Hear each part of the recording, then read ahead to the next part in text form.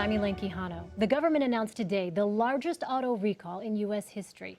In a press conference this afternoon, U.S. officials announced that nearly 34 million airbags manufactured by Takata will be recalled because of defective airbag inflators. The malfunctioning devices have been linked to at least 5 deaths and dozens of injuries. U.S. Transportation Secretary Anthony Foxx says this could be the most complex recall in history. Up until now, Takata has refused to acknowledge that their airbags are defective. That changes today. Today, I announced that Takata has agreed to declare that airbag inflators are defective.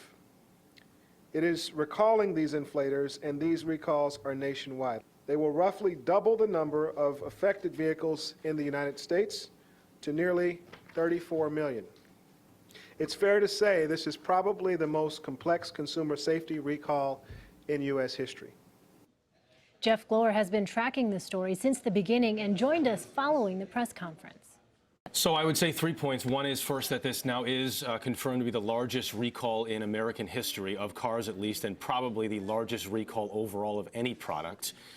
Second, I would say Mark Rosekind was talking in that press conference about how secondary recalls might be necessary. That's in part because what Takata is replacing these older airbags with is the same chemical that was thought to be the problem in the first place.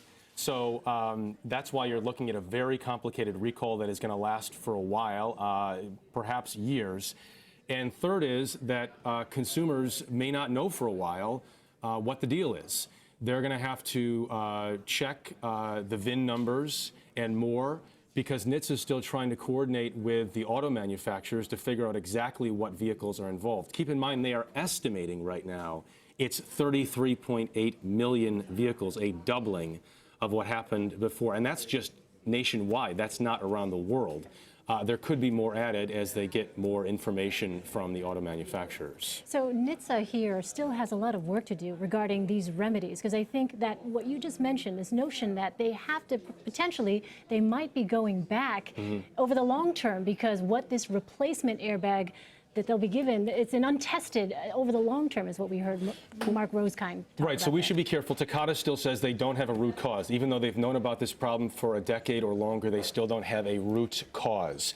They do agree that moisture, when it reaches the ammonium nitrate, can contribute to some sort of problems. It is unclear. They don't know exactly how that moisture is getting in and then causing the airbags to rupture, which then sends the shrapnel out through the bag, potentially into drivers or passengers.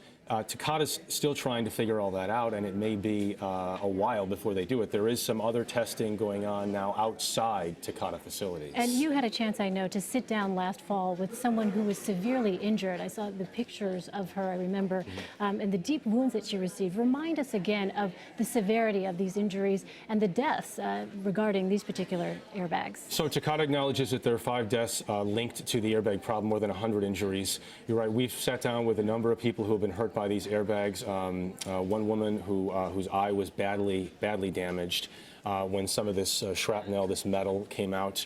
You're going to meet a new woman tonight on the CBSN News who we have not shown before, who was hurt in one of these airbag explosions.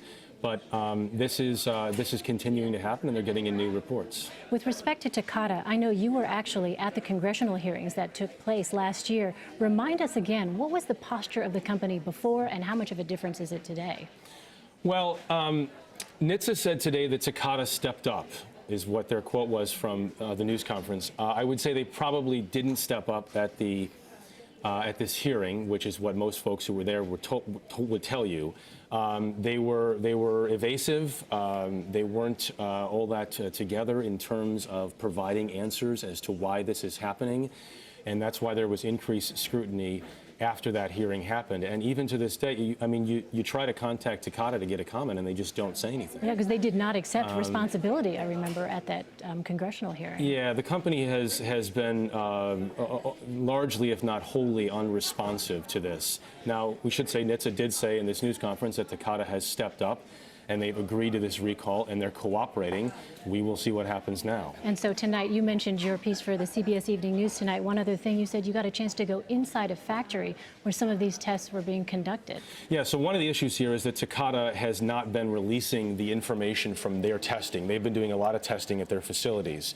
That testing is now being done at some other locations. We went to a spot where these airbags are they're actually going out into junkyards and collecting cars that have these airbags in them and testing them to figure out exactly what went wrong or what is going wrong. That testing is ongoing, but you'll get a look at it tonight. All right, look forward to that report. Jeff Glor reporting for us. Thank you. And we have a statement just in from the Takata Corporation, and I will read just a portion of it from the CEO of Takata. Shigesa Takata says, "We are pleased to have reached this agreement with NHTSA, which presents a clear path forward to advancing safety and restoring the trust of automakers and the driving public." The statement goes on to say, "We've worked extensively with NHTSA and our automaker customers over the past year to collect and analyze a multitude of testing data in an effort to support actions that work for all parties." So we'll have much more on this story as developments warrant.